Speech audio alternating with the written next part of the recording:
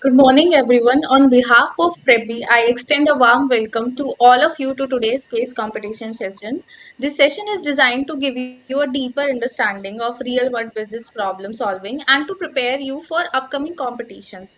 We are truly honored to have with us our esteemed guest speaker, Mr. Anurag, who has not only participated in but also excelled in this case competition.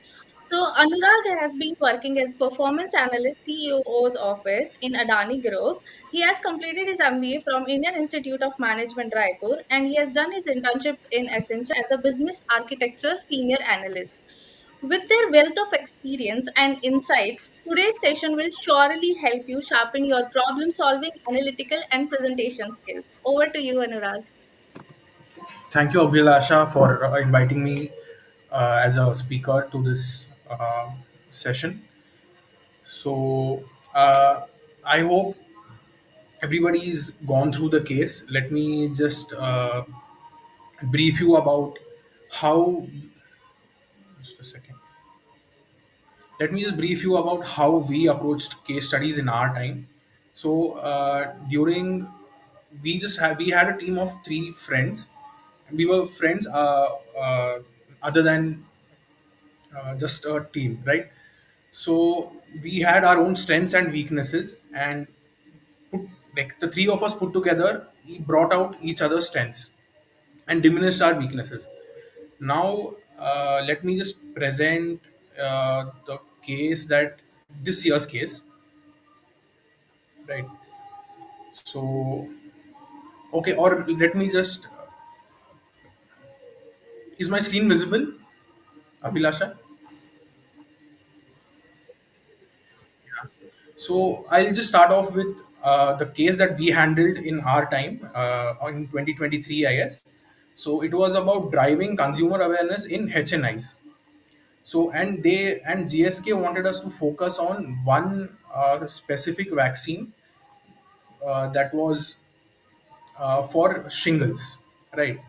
They called it Shimtrax, and we had to give them a marketing GTM uh, to address the high income individuals. Like they wanted to know how and where they get their healthcare, and who would advise them, who would make the decision, and here are the key asks. So okay, after this session maybe you can go through this case, and I also share my team's solution, right? So we were called Mishti Doi because yeah, it sounded unique to us, and this is how we approached it. So at first, for any case study, you need to give them a segmentation of your market, right? So how, like, who is going to buy your product? You need to address who's going to buy your product, where are they going to buy it from, and why are they going to buy it. So what because HNIs were mentioned, we tried to classify the different types of HNIs, what that we mentioned here in say here: celebrities, business owners, professionals, politicians, and landowners, because each of them is going to have a different approach to healthcare. And any case study that deals with GTM is going to require a customer persona. So, and we try to broadly define uh, persona based on the age, because their approach to healthcare, their requirements are going to change. Uh, was our justification that they're going to change based on age, right? So we gave them. We just mentioned a few of their habits and what they would, what they and their preferences, how their social circle is, and everything. And next, the consumer segmentation. What we floated a survey. We had a couple of couple dozen respondents, how their behavioral traits are, and who would influence their decision in making decisions for healthcare.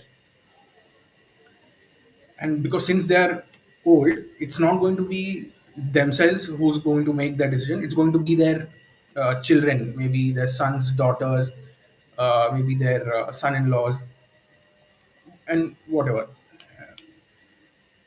Right. So if it's going to be a person who's in his 50s or 60s, they're more likely to depend on themselves and their own, experiences for making the decision.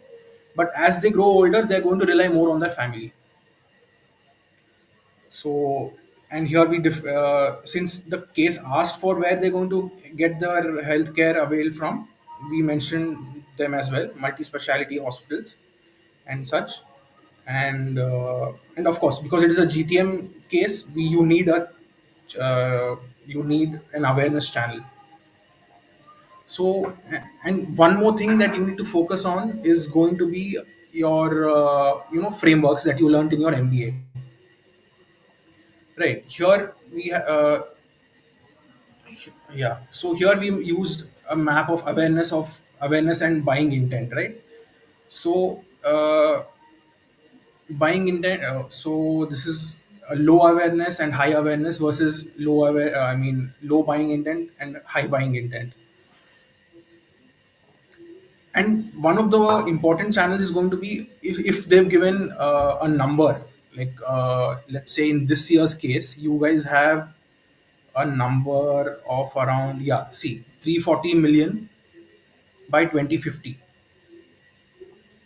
So you need to be using a consumer acquisition funnel.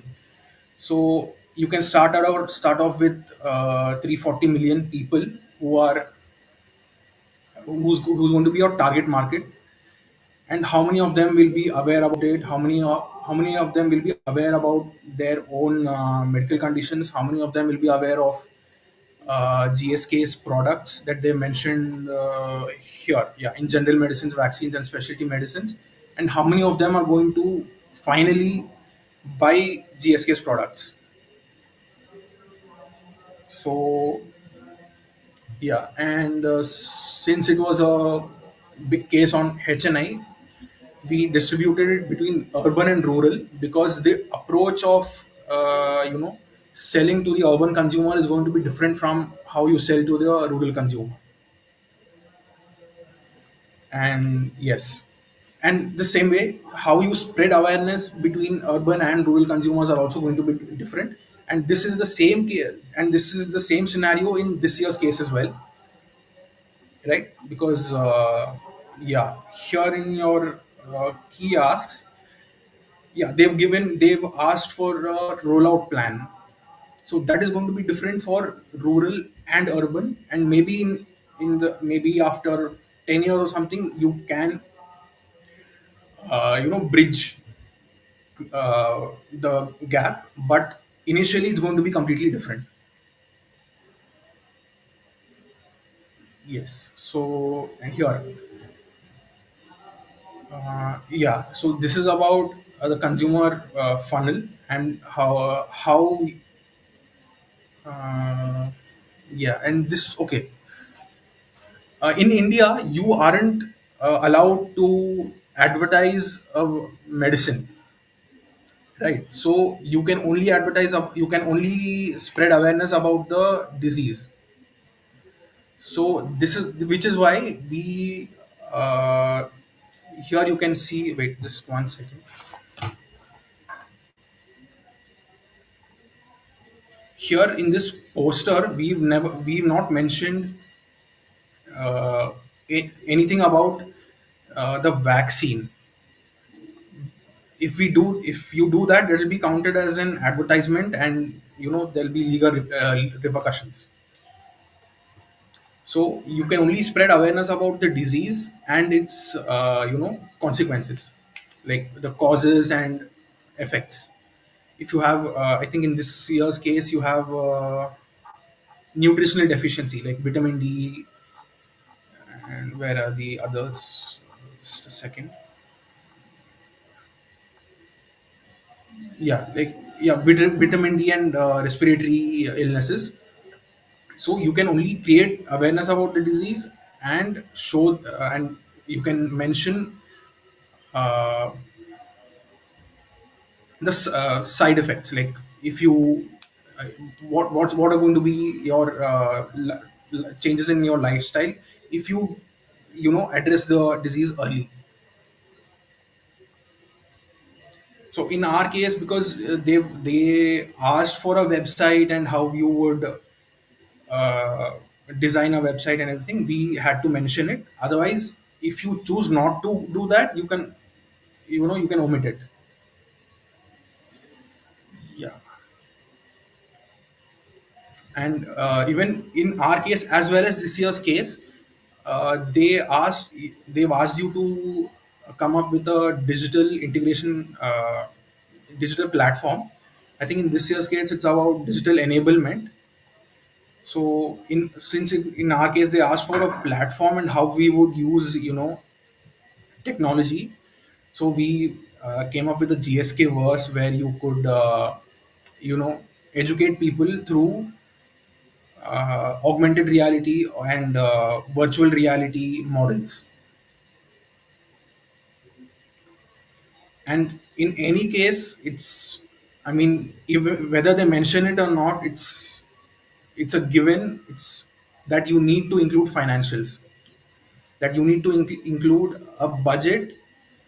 I mean, if feasible, you can also include revenue streams and payback period. Right. So this was our case. Now coming to this year's case. Yeah. So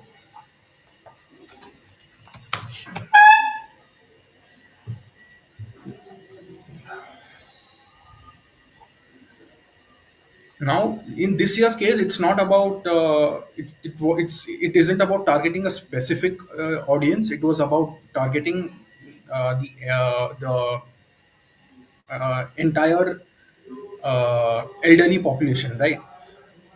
And and the division is based on what kind of condition they have. So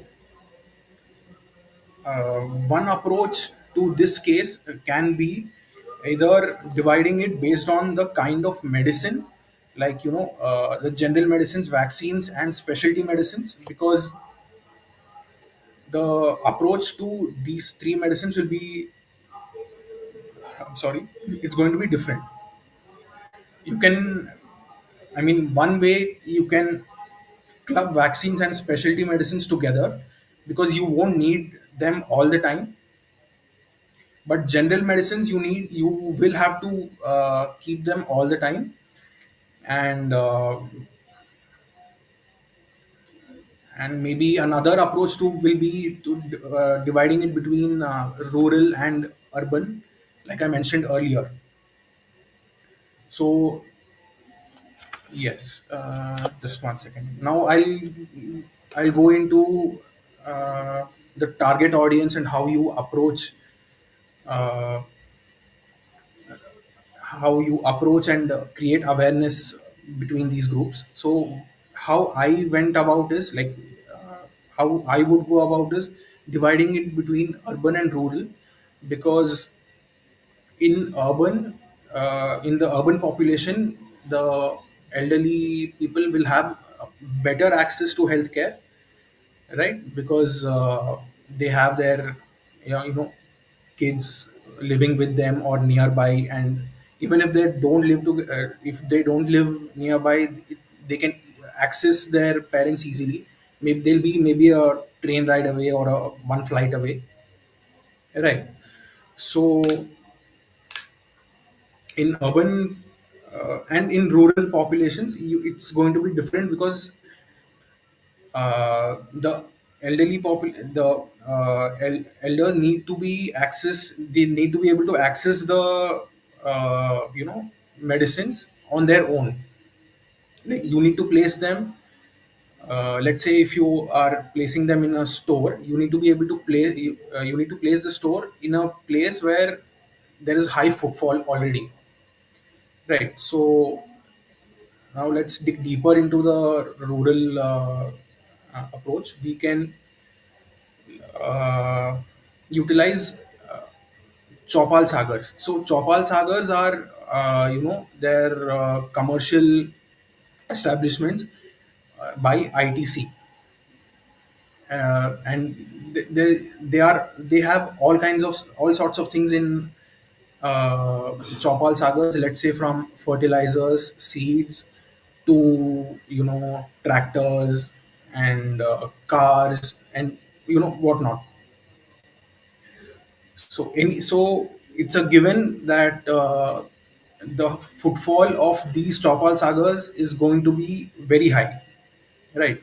So when this so you can tap into this opportunity and place a store in the Chopal Sagar, where you can sell medicines, vaccines, and general medicines and specialty medicines as well.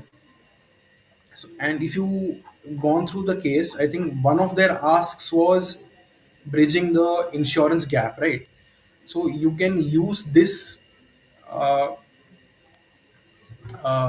what this storefront to offer insurance schemes to the people who buy your medicines. Since like you and I can pay insurance monthly, you can pay high premiums monthly, but the rural population is going to be cash strapped. So you need to keep your premium payment low, but you can increase the frequency. You can, let's say, instead of having a premium of 1000 per month, a premium of 250 per week is going to be more effective, because it's not going to eat away at a chunk of their income, right? So this is one thing. And if you and what else did they ask for? So yeah, and one other approach can be using Anganwadi workers, because they are already in touch with healthcare centers. They already work at healthcare centers, and they already have patients coming to them for advice. So you can use the Anganwadi workers to promote your GSK can use the Anganwadi workers to promote their products. So let's say they can promote care packages for women, uh, you know premenopausal women, and postnatal women, and as such. So it can be anything as simple as vitamin D tablets, nutritional supplements, and general medicines like paracetamol or anything. So since you're selling you are promoting a bundle, your costs will be low, right? Because it's a bundle, your costs will be low and your margins can be high. Instead of keeping the high margin, you can also pass on the benefit to the customer, and you're more likely to gain more market share. And now coming to the urban population, now they have better access to doctors and healthcare workers, and as such. So and they're also more aware about various medicines, vaccinations, and whatever conditions that they are facing. So one approach to them would be partnering with, let's say, testing facilities. I'm sorry, with testing facilities, and if and offer free testing kits, like let's say, one second. For maybe calcium deficiency, vitamin C deficiency, vitamin D deficiency, and your bone density and everything. So this will, just a second. Yeah, and one other market segment that you can tap in the urban population will be, uh, you know, again, premenopausal women and postnatal women, the same as in rural, and give them the same, medical bundles, nutritional pack. You can term them as nutritional supplement bundles or care packages and whatnot. So, and one thing that you need to note about is the urban population can easily be convinced to adopt your products, but that's not the same case with the rural population, right? So this is what I would do if I was doing this case. So your first target segment must be the urban population, and then once you penetrate that market, you can leverage people who visit their villages. You know, it need not be just migrant workers or anything. People who are working in the cities but have their parents living in the villages are your target audience, because since elder cares, healthcare decisions are influenced by their children. Any person who is convinced to use GSK's products when they are staying in the city will be more likely to recommend the same to their parents in their village. So that can be one route of entry into the rural market, right? So that is one thing. And I think this case also mentions about digital enablement, right? Yeah.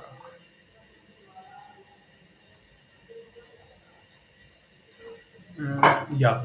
So if you want to make accurate decisions for accurate diagnosis for patients, you need to have a patient record and patient history. So, and maintaining one, maintaining this history doesn't have just one benefit of having better predictions of better diagnosis. It has many more. So one thing you can leverage it is for, and of course, for diagnosis and inventory management. You can also suggest that GSK develop their own algorithm for predicting which medicine to stock in which area, right? Let's say in these it's going to be more simple in urban centers because it's easier to reach that market compared to rural ones. But uh, let's say there's a place where, let's say there's a city or a village where you have patients with let's say high respiratory disorders. Let's say they are staying near let's say the village is near a mine or a cement plant or a steel plant, and or whatever. So they are more likely to have respiratory disorders of a certain kind, right? So you can use their patient history to develop an algorithm that is going to distribute vaccines or specialty medicines in this case to that particular area. So these patient records are nothing but data, right? And if you have good records is good data, which in clean data. And if you have clean data, it's going to give you accurate diagnosis, which is again going to increase the chances of the patient coming back to your to buy your medicine, and which generates better patient records. And again, and this cycle is going to repeat, and it's going to make I mean, it's going to help GSK in better penetration into any market, right? Anurag, I have one question. Right. Yeah, so the question is when you are deciding about, like, when you're going about this case, what are the key stakeholders while planning a strategy for a pharma company are? So key stakeholders. So your in this case, at least, the stakeholders are going to be the elderly population, right? And they are going to be your end consumers, right? But the decision makers in most cases will be their children. Okay. So when you And need to create awareness, you need to focus more on the children than the parents. okay. And I'm not And suggesting that you isolate the the elderly population and don't appeal to them at all, but it needs to be more focused on let's say how to take care of your, like, if you advertise to the children, it needs to be about you, if you how can they take care of their parents better.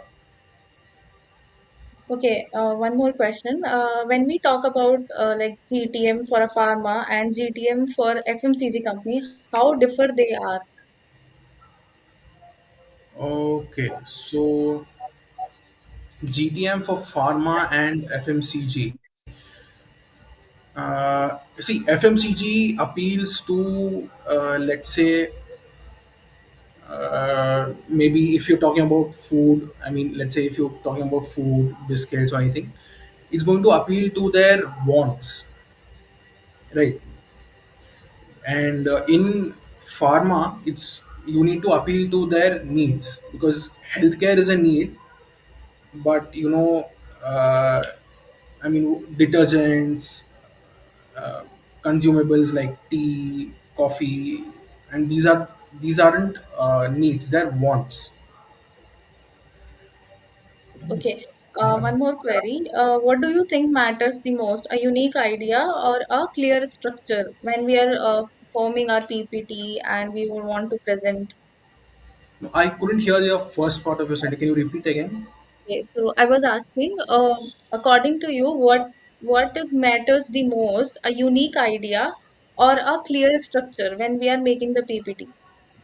Right. So a unique idea definitely helps. It's not going to, I mean, it's not, I'm not saying it's not important, but picking one, it can be a common idea, but really giving a clear picture of how uh, you can implement that idea is going to is better, because we have seen in our cases where people who've given like breakthrough ideas haven't been able to explain it as well as the judges were expecting. I'm not saying they were bad or anything, but if it's a new idea, the judge is going to have more questions than you will have answers for, right? But if it's an established approach, and if you give them a clear justification of why you've chosen, uh, if you are able to justify why you've chosen what you have, and you can give them some clarity of thought, then that's going to be better than having a unique idea. Okay, and one more question, like the last question. What mistakes a student should avoid when going through this, like when going to approach this case and when you're making the presentation, as you're a semi-finalist. So, like, what makes a difference between a semi-finalist and a finalist presentation? Right. So I think me and my team is is in a very good position to answer this question, because uh, even in, okay, in most of our case studies, what mistake we did was we picked 3 to 4 ideas, but we didn't drill down on how to implement any, I mean, let's say all of them. So instead of picking maybe three or four, just pick one or two, but give them an end-to-end solution for that, for your idea. Thank you. Thank you. Yeah. I guess there are no more questions in the chat group. Okay, I would like to thank you so much, Anurag, for sharing such insightful strategies and real experiences with us today. Your guidance has definitely given us a clearer picture of how to approach case competition with confidence and structure. A big thank you to all the participants as well for joining and engaging so actively. Before we wrap up, I would like to share that PrepBee has built a vibrant WhatsApp MBA community, a space where MBA students across India connect, discuss case competitions, share placement prep tips, and learn together. So, if you aren't already a part of it, we encourage you to join and be part of this growing peer learning network. With that, we officially conclude today's session. Wishing you all the very best for your journey ahead. And thank you once again. And we have a wonderful day. Thank you. Thank you.